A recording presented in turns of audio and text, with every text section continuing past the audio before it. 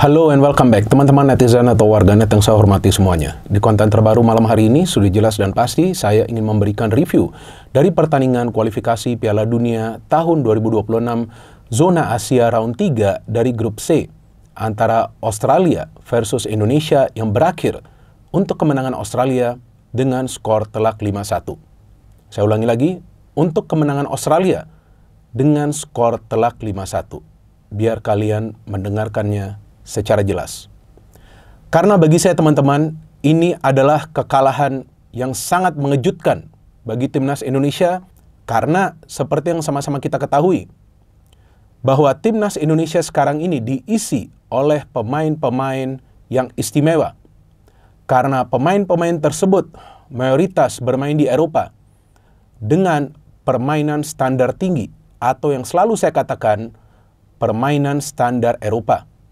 Artinya, dengan begitu banyak pemain mewah yang punya skill tinggi, tidak pantas tim nasional Indonesia kalah telak dengan skor 5-1 malam hari ini. Jujur saya tidak emosi sama sekali, cuma saya sangat amat sedih melihat skor lain tadi. Ya kan, skor akhir 5-1. Terakhir kali Indonesia kalah di kualifikasi Piala Dunia dengan skor telak ini adalah pada saat melawan Irak. Di kandang Irak dengan skor 5-1. Tapi saat itu, materi pemain dari timnas Indonesia beda total. Sekarang kita punya materi pemain yang sangat bagus. Tidak perlu diragukan. Dan poin lainnya, Australia tidak full team, bos. Australia tidak full team. Inilah saat yang paling tepat bagi timnas Indonesia untuk menang di kandang Australia. This was the perfect moment.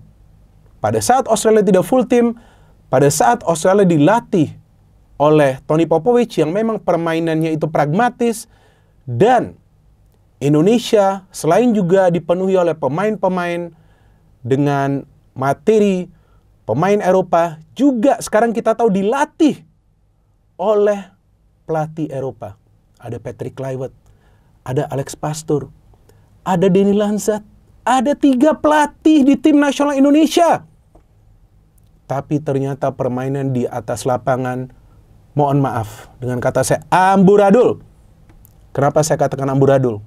Karena coba teman-teman hitung, berapa kali umpan yang masuk ke dalam kotak penalti pertahanan Australia dari crossing yang sering dilakukan oleh para pemain Indonesia itu tepat. Hitung nggak? Nah, saya kasih tahu satu yang Eliano mendapatkan peluang. Di babak kedua, dari open play ya. Kalau dari set piece kan ada itu. Dari Kelvin Verdong kepada J. Itzes. Gol dari Romani, bagus dia mencetak gol di debutnya. Ya kan, bagus. Bagus sekali golnya juga. Dia pintar mencari posisi, dia bisa melakukan finishing. Tapi itu bukan crossing, itu umpan terobosan. Karena memang seperti itulah seharusnya Indonesia bermain. Kenapa lebih banyak long ball? Dapat bola langsung diberikan ke depan. Dapat bola langsung dikasih ke sayap, langsung main crossing. Apa ini artinya?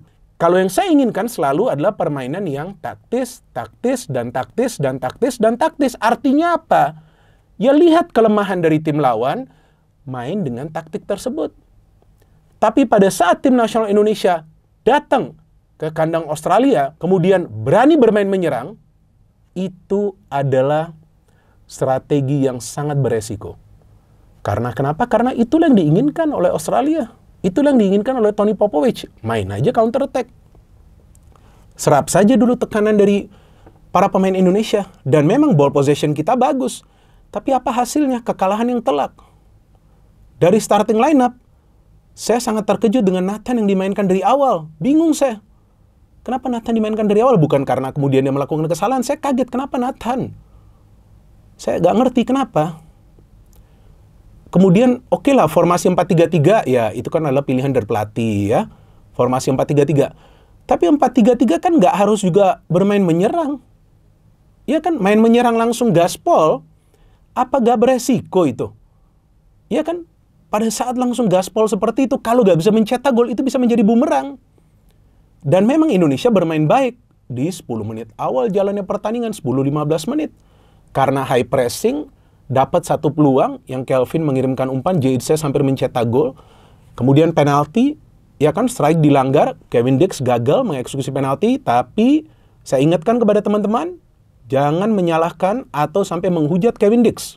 Ya, karena pemain-pemain top di dunia lainnya juga pernah gagal penalti, pernah gagal mengeksekusi penalti. Jadi jangan ya, seperti yang selalu saya katakan, kita perlu juga salut dan respect dan juga mengapresiasi perjuangan dari para pemain timnas Indonesia yang tadi bermain, tapi mereka tidak bermain sebagai satu unit. Itu yang membuat saya kecewa. Kenapa mainnya dengan otot, main pressing, ya kan, passing-passing jauh, crossing-crossing. Kenapa gak main umpan-umpan pendek dulu? Oke, main umpan-umpan pendek, kenapa hanya di lini pertahanan? Kenapa dapat bola di tengah langsung diberikan ke depan?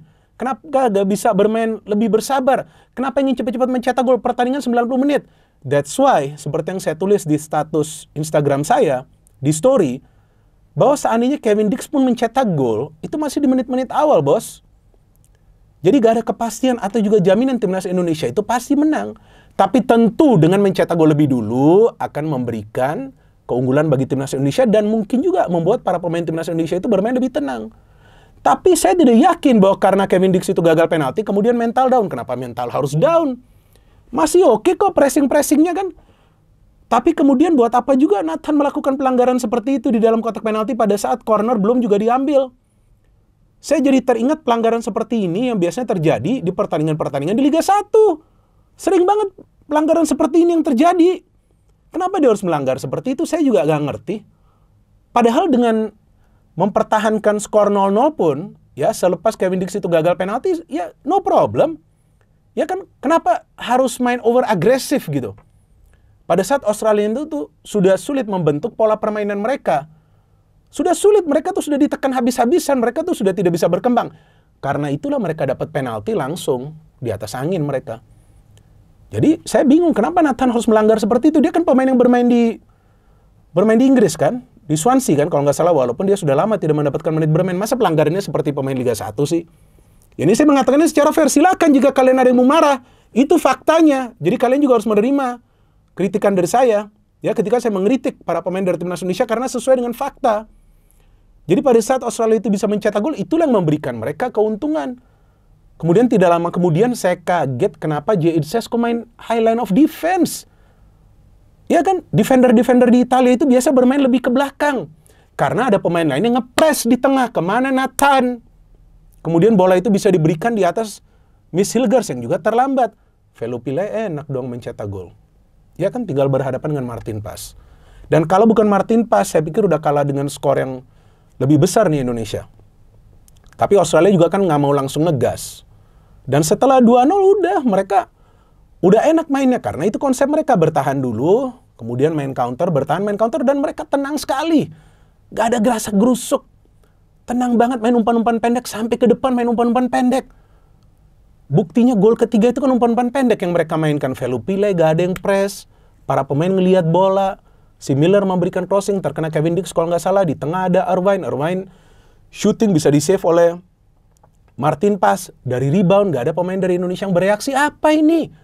Ini kan tim yang sudah lama terbentuk. Pemain barunya cuma Dean James dan juga Oleh Romani. Masa pemain-pemain lain gak kompak sih di atas lapangan? Ya, jadi saya pikir pelatih baru ini juga sepertinya gak ngerti apa yang perlu dilakukan untuk menyatukan para pemain. Karena komunikasi dan koordinasi itu gak jalan sama sekali. It means something is wrong in the strategy. Saya tidak ingin mengatakan formasi. Formasi 4-3-3 itu kemudian setelah Australia unggul dengan skor 3-0 berubah menjadi 3-5-2 dan ada 5 pemain yang di pertahanan. Pada saat Australia itu menyerang, berubah. Jadi akhirnya sadar juga ini Patrick Kluivert bahwa harus bermain lebih rapat di pertahanan. Karena para pemain Australia pada saat sudah memasuki final third, sepertiga lapangan bagian penyerangan mereka nyaman sekali memainkan umpan-umpan pendek mereka. Jadi Irvine itu mencetak 3 gol itu saya pikir karena para pemain Indonesia itu ball watching. Dan Indonesia cuma bisa mendapatkan 2 peluang kan di babak pertama. Yang dari free kick-nya Kelvin tadi sudah saya katakan, yang Jadon hampir mencetak gol.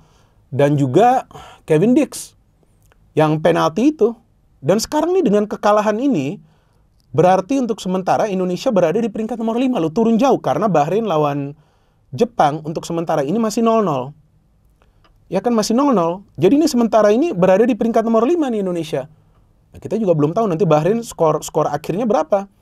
Tapi di babak kedua, oke lah, memang ada memainkan Reinders ya. Oke juga kemudian Sandy Walsh karena cedera.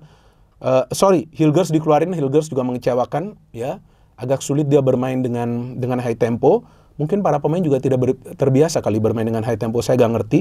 Tapi tentu bukan permainan total football ya. Dan kemudian Liam Miller juga mencetak gol, ya kan. Liam Miller bisa mencetak gol keempat dari mana? Dari corner, dari set piece. Bola bisa lewat begitu aja di dalam kotak penalti. Kok ini apa gak diajarin nih para pemain? Gimana caranya untuk menghalau bola pada saat bola masuk?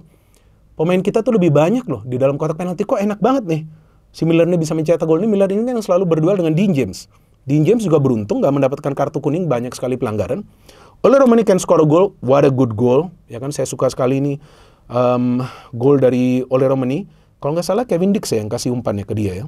Kayaknya Kevin Dix tuh. Nah jadi saya suka banget nih, golnya bagus. Ole adalah predator, jadi saya pikir bagus juga dia bisa mencetak gol. And kemudian Jackson Irwine, pemain senior di Australia, bisa mencetak gol keduanya dan gol kelima bagi Australia dari corner juga. Jadi apa yang dilakukan oleh para pelatih selama ini? Betul waktunya mepet, betul sekali waktunya mepet. Siapa yang mengatakan waktu mereka banyak? Tapi kerangka tim sudah dibentuk, Pak. Ya kan, kerangka tim ini sudah dibentuk. Ya, kalaupun ada tambahan 1-2 pemain itu wajar untuk menambah kekuatan.